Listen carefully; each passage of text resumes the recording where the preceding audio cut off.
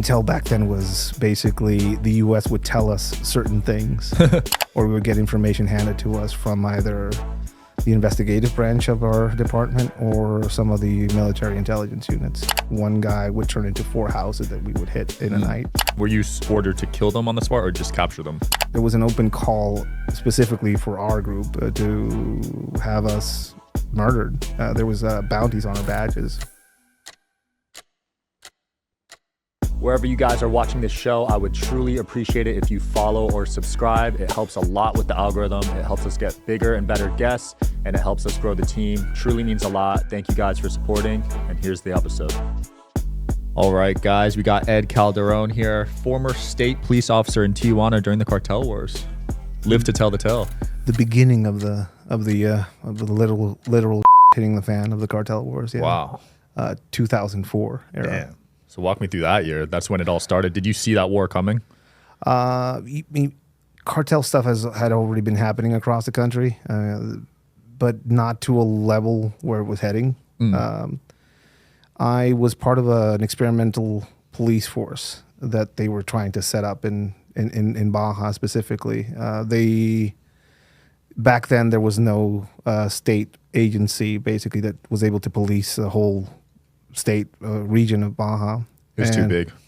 It was too big, and also there was just that just didn't think about it. It was not an issue. The federal police were basically army guys dressed in gray, which, funny enough, that's the same place we're at now. And really nobody knew exactly what was coming. They just saw a militarization aspect of cartels in Mexico. They realized that larger groups were fragmenting. And what used to be a Tijuana cartel by the name of the Arellano Fields cartel that we used to control the whole of Tijuana specifically, which is basically the richest drug route into the United States, started to get fragmented. Some of its leadership got killed and arrested, and like the phenomenon of cutting off one head and having it turn into 3 or 4 started to happen. So they started basically training up people like myself in a paramilitary fashion. I was trained by members of the GAFE, which are Army Special Forces people. And I thought when I saw a police academy, I thought I was going to go into a police academy, and be some sort of law enforcement professional and community policing stuff. It was not that. That's an understatement. Yeah, so they shaved all our heads, and they told us the first day we have bread and for you, and bread ran out a week ago. So whoa. So it was pretty brutal training. Damn. These guys were basically there to try and make us quit. A lot of the training was basically militarized. It was assaulting training, vehicle assaults, hardcore physical training, and basically a lot of things to make us quit. Meanwhile, that was going on. All of us were getting basically FBI background checks and our backgrounds in Mexico checked.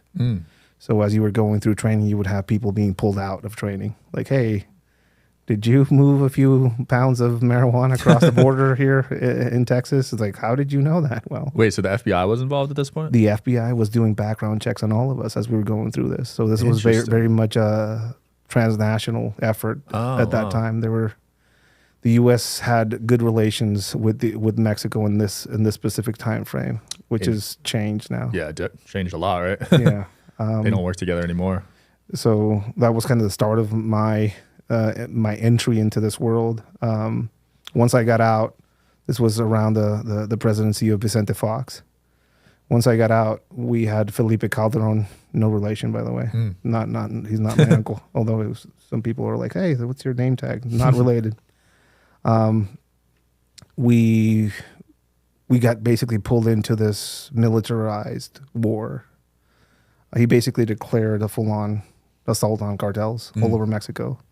He took the military out of their barracks and put them front and center as far as a main weapon against cartels.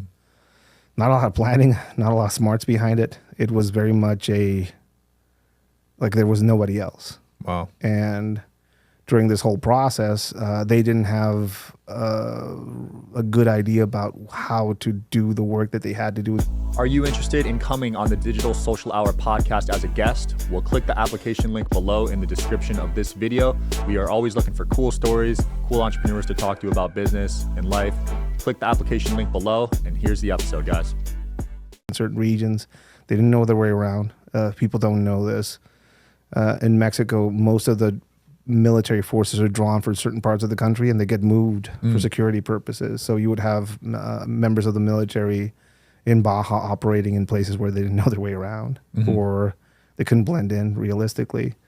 And also the law was pretty vague back then, so a lot of them didn't have arresting powers per se, or like they couldn't document certain things. So I was part of a very big effort by the government to basically integrate state, local, and federal forces into a cohesive units to go after cartels. So it was everybody's problem. Wow.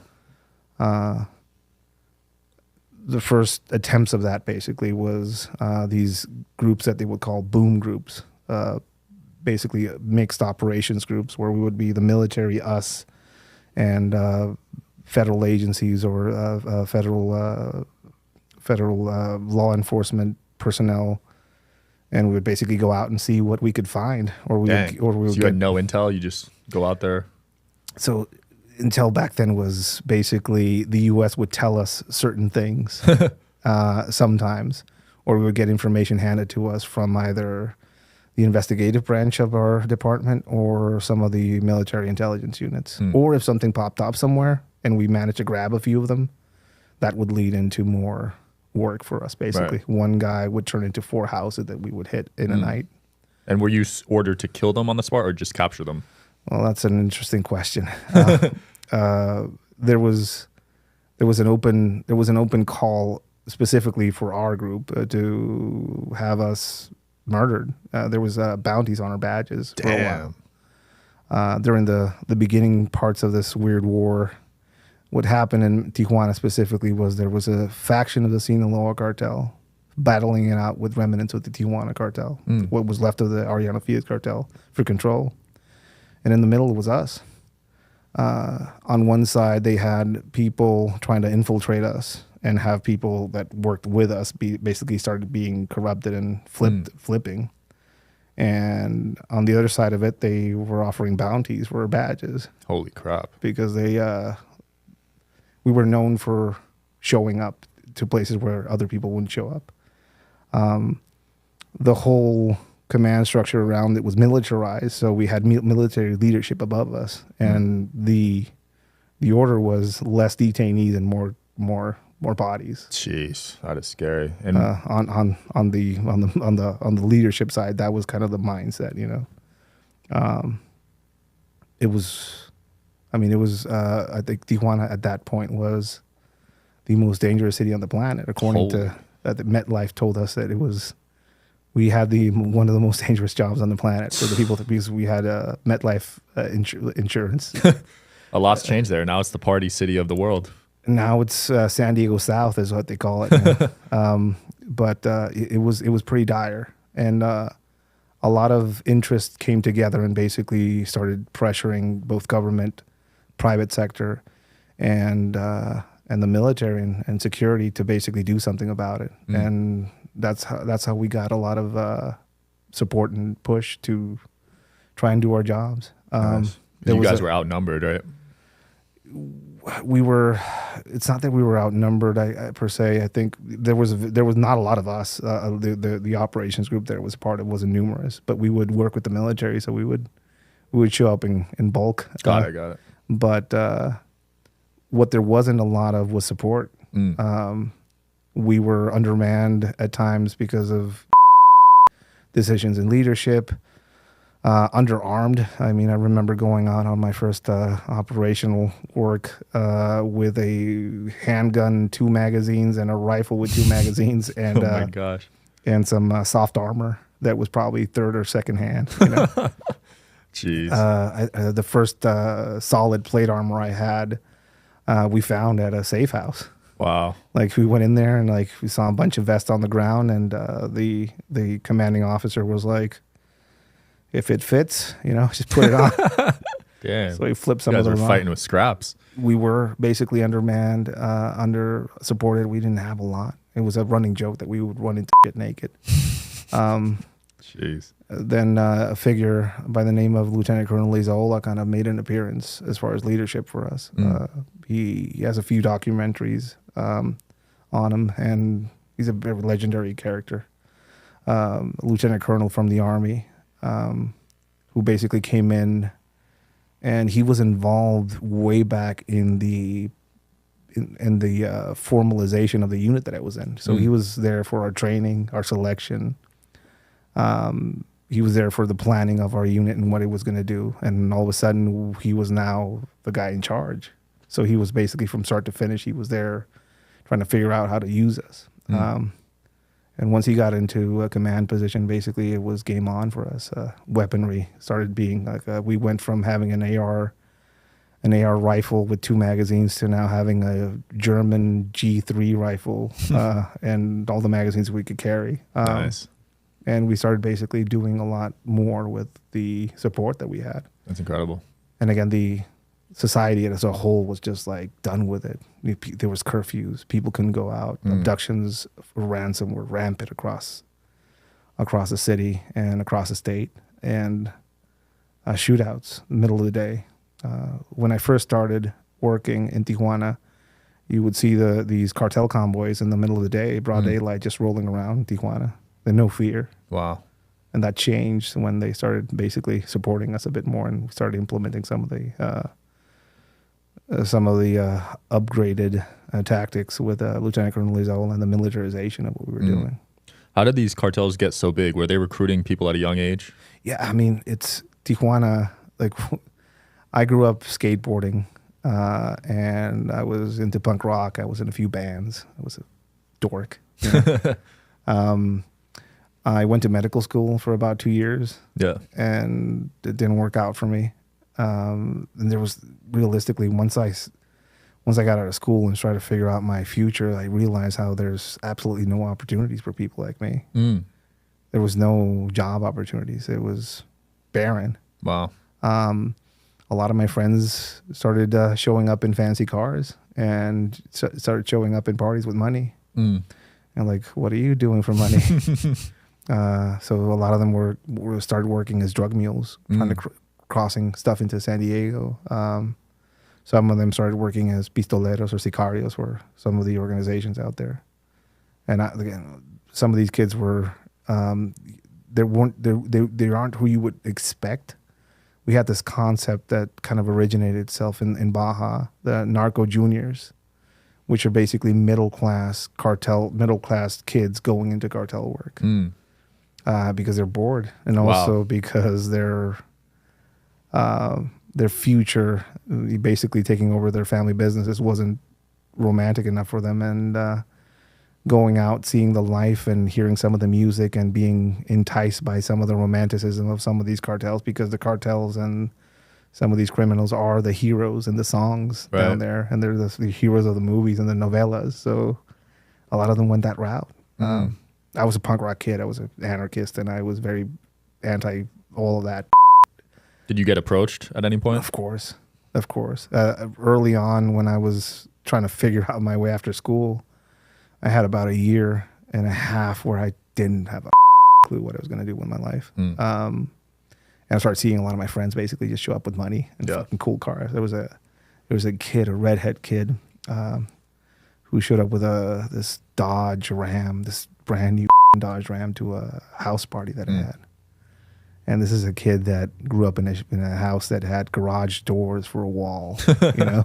Wow. And all of a sudden he shows up in this Dodge pickup truck. And he's the first one that kind of told me, like, hey, you know, you're young and energetic and you have a lot of cardio because you skateboard. Wouldn't you want to come work? And again, I was very into the counterculture. Money as a whole didn't really entice me, although I did want opportunities for myself. Yeah. I just didn't see that as a life for me, though. So I shied away from it. I shied away from it. I actually put my paperwork in to work at a call center that was down in Tijuana because of my good spoken English that I have. And that didn't work out, and I saw the ad in the newspaper for this weird experimental police force. And my brother and my dad made the worst mistake by telling me that I couldn't do it, that I was... They thought it was too risky, too dangerous? No, they thought I wasn't man enough to go through that type of training. Wow. Because a lot of people probably didn't make it through the training, like you said, right? It was something challenging, and they saw me as this skinny skateboarding punk rock kid, and like, what are you going to be doing there with all these men? You know, it's not for you, right? And that's probably the worst thing they could have done, I guess. It fueled you. It motivated me to try. Wow. I did my qualification run wearing Idney's skateboard shoes. Classic. The amount of times that people approached, I mean, everybody was approached. Money. Yeah, and you say they even approach police officers to bribe them, right? Oh, constantly. Like when we were active, when we were cops, it was always somebody inside that would approach you. So we would do things called careos. Careos are basically when you go and face off with the person you arrested for something, right? Which is back then the justice system was different. Something changed probably 10 years ago. The justice system changed in Mexico, but back then, if you arrested somebody with an amount of drugs, you would have to go to a federal courthouse and basically sit in front of the accused that you arrested for something. And his lawyer would question you, about how you did your arrest and if everything was on the up and up, and the judge would question you. And in these moments, basically you were exposed. There's no hiding who you were, your name, or anything. So It was risky. Damn. So you didn't want to arrest the wrong person, because then... And even if you arrested the wrong person, you would find out there. And then, one, because if you arrested the wrong person, he probably wouldn't be in that chair anyways, because he would get paid out from high up, because the corruption ran all the way to higher federal judges. Wow. So even the judges were... Yeah. So you would arrest somebody and you had everything on him, and the judges would say, "Well, this is this is all wrong. You did this arrest. This was wrong. You weren't here. You lied about this, and this is wrong. So he's off." Damn. And you would be like, "Wait, what?" And then somebody would approach you and say, "You just let it go." Holy crap! Because the corruption was that high. It still is. It's still like that right now? It's still like that in a lot of places. That's when you would get approached. People would see who was working with who, and also now they had a name to the face. So that's where you would get approached by lawyers, by other members of the groups that you were in, because we were placed through various background checks and verifications and safety checks. FBI background checks were done regularly. Like if somebody looks me up, I have a few in my career because of weird access I got to training here in the U.S. But also we were polygraphed. Our financials were looked into. They would show up to your domicile wherever you were living, and they would inspect your house to see how many TVs you had. And if you had one more than the last time, you would have to verify and document how you got that TV, basically. Yeah. Wow. So your privacy. So no bribes, right? Your privacy was gone. Wow. And if you were up to some and they asked your neighbor about you and he's, "Oh yeah, he has weird cars coming here all throughout the night," then you would be screwed. They were really anal about it. So they were trying to keep us clean. This lasted for a few years. It didn't last long though. But all it took was one of us to flip, and he would approach the rest. Wow. For me, it was an easy choice. I saw the older generation that was in front of me when I got out go through the same process, and I knew as soon as one of the guys started showing up with a new car or money, his time frame as far as being alive was going to be short. Because, that's crazy. Because if you get flipped by one of these cartels that are basically battling it out for the city, the other cartel is your enemy.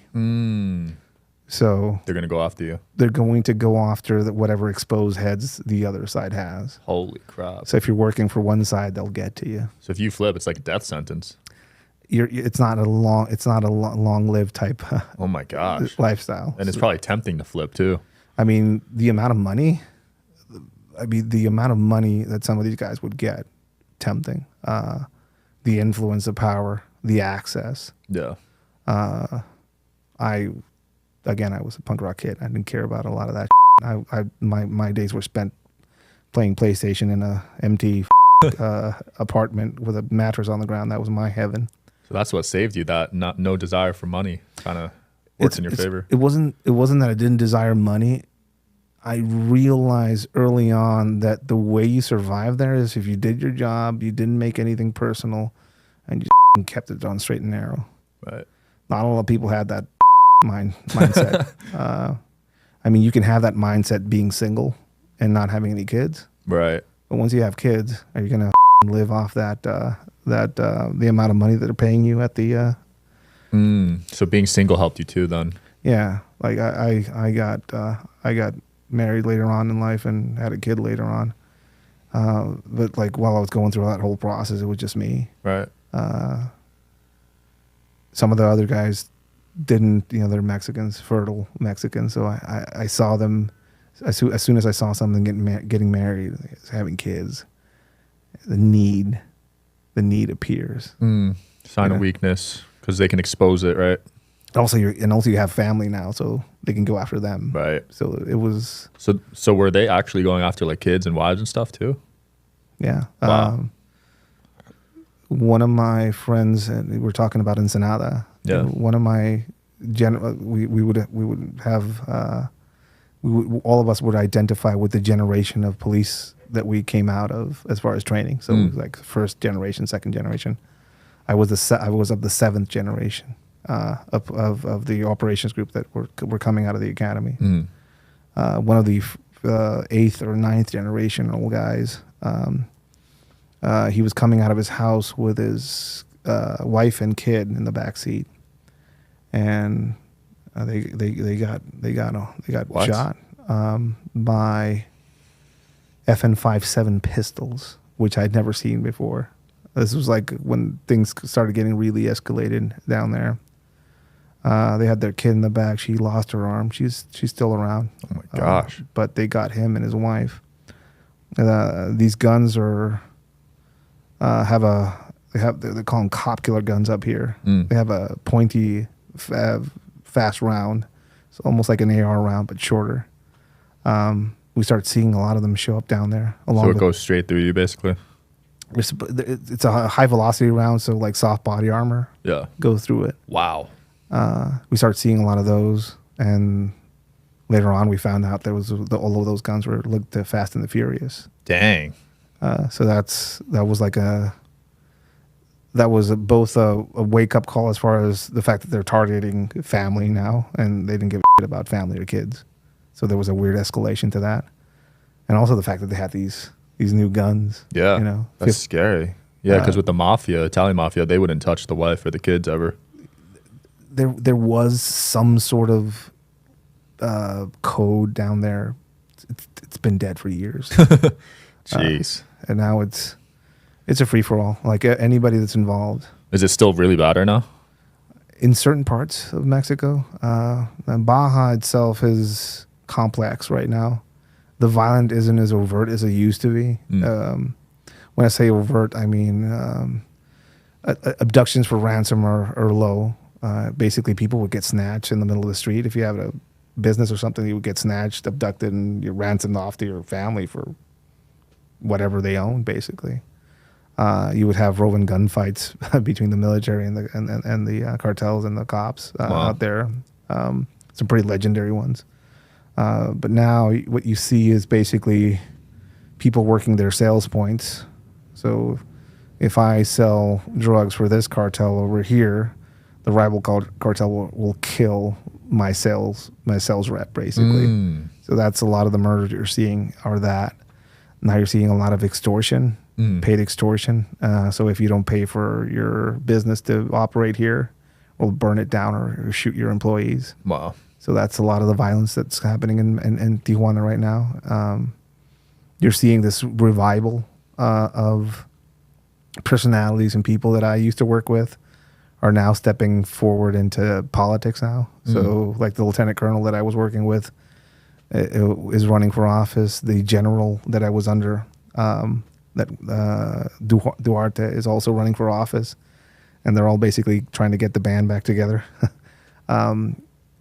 Like all successful operations, I guess, Tijuana and Baja itself and what was done in that region by all involved, from the army to the state to the private sector and to the government, it's probably the only successful counter cartel operations that happen in Mexico. Wow. It's like a few people have written books about this whole debacle that happened there, but we managed to take Tijuana from the #1 city, most dangerous city on the planet, to not even being on the list. Yeah. And with calm comes amnesia. You know, having roving gunfights in the middle of the street to now being calm and peaceful and now attracting investment, and 90% of all housing in Tijuana now being bought up by people from San Diego. Yeah, the real estate's skyrocketing over there, man. Yeah, you're starting to see You need like $1 million to get a place out there now. You start seeing apartment buildings going up all over the place. So this prosperity and peace that came after all the work we did also made us irrelevant and obsolete. Interesting.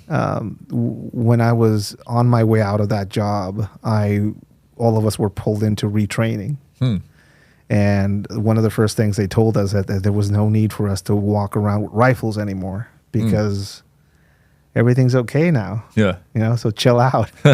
There was no need for you to show up operationally like you always did in the past to some of these situations, because everything's just basically told us to chill out because we're not in war anymore. So a lot of us were viewed differently after, you know, things started to calm down. We were no longer needed. Wow. The boss we had, Lieutenant Colonel Lizola, was Sent away. The safety measures that they put in place for us, from the background checks to the polygraphs every couple of years, to the home checks and all of that, was slowly but surely taken away because it was deemed unconstitutional and against our basic human rights, apparently, and privacy. So a lot of that was taken away, but with it, basically, it made corruption fester, and all of a sudden I found myself in a room with the new leadership of the group that I was in, who were all basically on the take, and now there's nowhere to hide. So, dang. So you just left. Wow. So we just left, and things have been spiraling after that. And I mean, again, you say Tijuana is booming right now economically, and with it, paid extortion, cartels, abductions are back, human trafficking, sex trafficking, and a giant local drug market that is growing off the U.S. money, basically, there, with all the people that can't afford to live in San Diego are now living in Tijuana, and with them they bring their drug habits. So all weed trafficking is now from San Diego to Tijuana, for example, which is a weird. That's ironic. Yeah, it's beautiful. It's a beautiful phenomenon. Well, weed prices have gone down, and I feel like it's legal in a lot of places now. I wonder if the cartels are still making as much off that. So the way you think about it, though, is the cartels have been making money off legal and illegal weed in the U.S. for years. They're the ones that grew the original large Bach grows here in the U.S. Really? In federal lands. Yeah. Oh wow, I didn't know that. I mean, they've had their hands in legal and illegal weed here for years. There was recent discovery of them pooling their money into some money laundering scheme with the weed money in places like Colorado. So they didn't lose money or velocity with the legalization of marijuana in the States. I think that was talked about as a positive if they legalize weed in the States, but I remember that. Realistically, it didn't do a lot. I mean, it didn't affect them a lot. And there's still weed being trafficked from Mexico up into the U.S. I don't know why, but there's still some of it. There's a lot of border issues right now. Yeah. People are just walking over it at this point. Well, I mean, that's the border itself, and to me, it's been. Look, I've been able to see since I was born in '82 in Tijuana, so I remember when the border was just the metal panels. Yeah. The brown metal panels that you could you can go to Home Depot and buy some step ladder and just jump over it, or not even that, just have a guy just give you a boost. And I remember seeing them basically line up on the border. They would wait for a moonless night with fog, and there's no there's no technology that the Border Patrol could use to basically nab them. That was then, and then I got to see the post 9/11 border wall being built up, and armed security, cameras, FLIR systems, camera nest, motion sensors, you name it, they put it on that border. But the enemy that they're trying to stop, it's not just they were trying to stop people trying to cross the border for immigration. They were also trying to stop drugs. Mm-hmm. And well, cartels started making some of the most sophisticated drug tunnels on the planet. So sophisticated in some cases that technology being utilized in Israel to detect Hamas terror tunnels was completely useless to detect some of the tunnels in Baja. Wow, they were that deep underground? They were that deep underground, and they were, that well made. Or maybe some of I've heard stories of the soil type being different, the clay type being different. I don't know, but a lot of those technologies were tried in Baja, and they wouldn't work. Wow. My unit was one of the first ones that found some of the first cartel drones on the border. Yeah. They had drones? The 2011 we found, I think it was 2011, 2012 era. We found these big agricultural Chinese quad drones, about that big, with a giant brick of meth on them. Holy crap! Just crashed near the port of entry in San Isidro. I'd seen them on YouTube, but I've never seen one for real. And all of a sudden I saw this. And everybody had their sirens on. So I was like, hey, shut the sirens off. And as soon as we shut the sirens off, we see another one. We didn't see them, but we could hear them. Wow. So did you shoot it down? No. It's a bad idea to try and shoot down something like that in the city. It's an urban area, and bullets tend to go down. We just didn't know. We didn't know. It was nighttime. We didn't know anything about these new technologies. RC cars, small RC vehicles being back and forth. Wow, they got creative. We know that at some point, fully submersibles, somewhere on the Pacific side, going across. Dang. Drug boats, speed boats. Back then, I don't know if they're still around. Into Miami, right? That was a big thing. But also on the Pacific side. They would have these banga boats, basically roll in, drop a load, mark it with floaters, and another ship would come by and pick it up. Catapults, like old style siege engine. I don't know if anybody if you know what a trebuchet is. I don't. It's a French siege engine. It's basically a catapult arm with a rope and the load tied to it. So when you activate it, it has an extra fulcrum. Oh, okay. And they would use that to launch loads across the border. Wow. We found a few of those. Must have went far. Small planes. These. And it was weed mainly they were sending over? Weed. Damn. Back then. A lot of but like this different. The Mexican heroin is different. It's brown, powdery, light brown, powdery. I remember when the 2005, 2006 era, I found a ball of tar on a kitchen table somewhere down in Baja. Jeez. And I never saw one. Yeah. I saw like on TV and stuff like that, but I never saw that much of it. It was this black tar ball. It looked like a ball of tamarindo candy. And you can smell it. You can smell it from outside. It has a very distinct smell. That was the first and last time I saw that type of. Mm. I don't know where they sourced that specific, but later on, the type of you were seeing was lighter colored powder that was laced with fentanyl. Right. That got big. And that started to seep its way into preferences both in local markets, because Mexico has a giant local drug market problem. It's not just drugs crossing it to go to the U.S. It's also the drugs that are being sold in local markets. Oh, really? Wow. So we started seeing the shift in those. So some of the loads that we would see were that. We didn't recognize it looked like Nesquik in a package. They would get it from China, apparently, right? The precursors to make it, and some of most of the fentanyl, yes, China source. There was some facilities in Mexico that were found during a period that were basically manufacturing it. Mm. Realistically, Mexico has, there's pharmacies on every corner in Mexico. Mm. And with it, there's basically giant pharmaceutical companies across the country fabricating things legally, and not a lot of oversight. Wow. So what else could they be making? You Yeah. know? So some of it, yes, sourced from China. And you saw proof of this during the epidemic. Everything shut down supposedly, and but not the fentanyl. It was everywhere, man. Yeah, not the fentanyl. So that was still going. Is it true go ahead. You started to see the U.S. started putting a lot of money into the border security, specifically in Tijuana. And where the most secure border on that whole border region is probably the Baja region.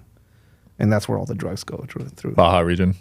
That's the San Diego port of entry is the richest drug port on the planet, probably. Wow. And so they paid off all those guys. There's corruption on both sides. Yeah. You hear that, right? Because there's conspiracy theories that the U.S. government knew about all this. It's horrible to say this, but it's true. The most corrupt federal police agency in the United States is Customs and Border Protection and the Border Patrol, because of convictions of people that they caught doing there. I get a lot of online when I say I was a cop in Mexico, so automatically I was a corrupt, cop. Yeah. I get it. People that know me personally can tell you that I drive the same truck that I used to drive when I was a cop. It's I came out of that job with less teeth, with the money in my pocket, and not a lot to show for it, just experience. But there's rampant corruption in Mexico, but there's also corruption here in the United States. I could see that. We would see Border Patrol moving suspiciously out of the way before a big shipment, a big group of people would cross. Wow. Or patterns. You would see people. You would see people on the Mexico side of the border, basically with binoculars and spotting scopes, looking at the border crossing and radioing something down to the people that were trying to cross, the drug mules that were in the vehicle lanes. Yeah. And all of a sudden you started seeing all the vehicles start because they knew that their guy was in one of the inspection points. That is crazy. Money. They say money's the root of all evil. Yeah, but it's like one thing you learn there is everybody has a price. Right. Even high up politicians. And when you say that, the head of all of our operations was the security chief, Martinez Luna, who was basically the head of the drug czar of Mexico per se, under Felipe Calderon. And he is in federal prison in the United States right now for cartel ties. Damn. And he was in charge of keeping us honest and setting up the programs to keep us honest. He was the one that installed these processes to keep us clean, and polygraph tests and drug tests and all that. That's insane. And now after all that said and done, he's in prison. I think he was recently caught trying to convince somebody else to do some false testimony for him in prison. So he was the guy in charge. Wow. So you can imagine, you know, what a minefield of a life and professional life that was. So you couldn't trust anyone. You were just doing your own thing. The people that I did trust back then, it turned out, you know, later on, it turned out like, hey, you were on the take. You were on the take. I have a small podcast that I film out of Tijuana. And I had my former boss, Lieutenant Colonel Isola, show up for it. I talked to him for about 3 hours about the work we did. Was surreal, you know.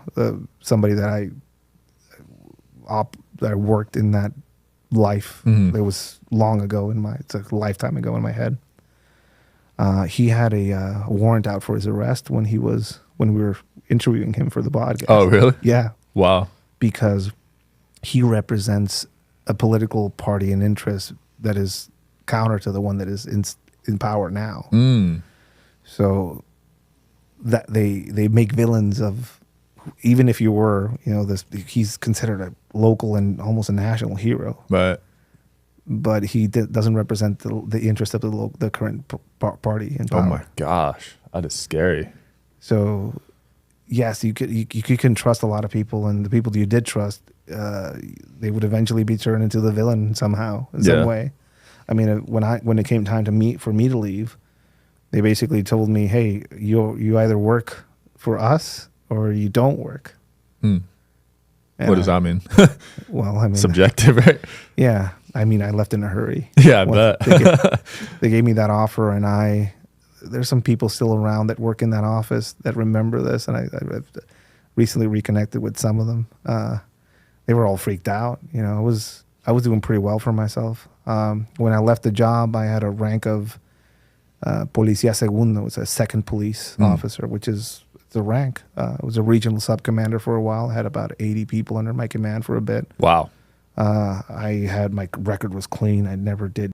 I didn't have any investigations underneath me, and I got to work security. I got to manage security for a governor. I got to work with Isola. I got to work with all these amazing people. I did a great work, stellar work. And they basically told me that if I didn't play ball this time, that I was not going to play. Wow. And that was basically a death threat. Holy crap. You spent your whole life getting up to that level, second in command. And you're gone. Gone just like that. Yeah. I put everything in a garbage bag, all my in a garbage bag, my vest, my badge, my radios, work phone, gun, everything, all the gear they gave me, because everything's signed, so you have to give everything back. I told them that I was going to try and see if I could get a vacation time, and I actually went there and I printed out my resignation. Wow. After that meeting. Crazy. Dumped everything in the armory downstairs from the office, and I left the next day. Damn. So your family must have been pretty scared. It was, I was a ghost to my family for most of my career. Oh yeah. I didn't show up a lot for obvious reasons. You know? For their safety. Yeah. Yeah. Yeah, they got wind of my departure, and they were like, I had an opportunity here in the States to seek out my immigration, and I had friends up here, great friends that I had met and trained with and liaison with when I was still active, that basically helped me figure out how to become an American. Nice. So that was a godsend. But it was, from one day to the other, I had 2 phones and a bunch of military equipment that I would roll around with, and then I didn't have anything. You know? Crazy. Starting a new life in America. Starting a new life in the U.S. And with a job like that, you know, I remember watching True Detective, which is probably the best show ever made. Be very careful what you get good at, is something they say in that show. I was very specialized and highly trained in a very specific field in a very specific country. And it's very hard to get a job when you do that type of Yeah, I bet. While I was still active, I started doing small training engagements with people, basically showcasing and showing them some of the stuff that I knew how to do just from the experiences that I had. And when I came up here, like, I got some pretty amazing opportunities from some of the people that I used to liaison with and work with up here. Amazing. And slowly but surely, I started becoming an instructor and starting a company and just figuring my shit out. I came here with a 2-year-old in my arms and the money in my pocket. Wow. And that was it. There was no severance package down there. I bet. It was just basically leave now. Yeah. I'm glad you're here, man. And I'm sure fellow Americans are as well. Yeah, For real. It's people see the way I talk about the U.S. and it's weird. I mean, I'm an immigrant. You know, I'm new here. Yeah.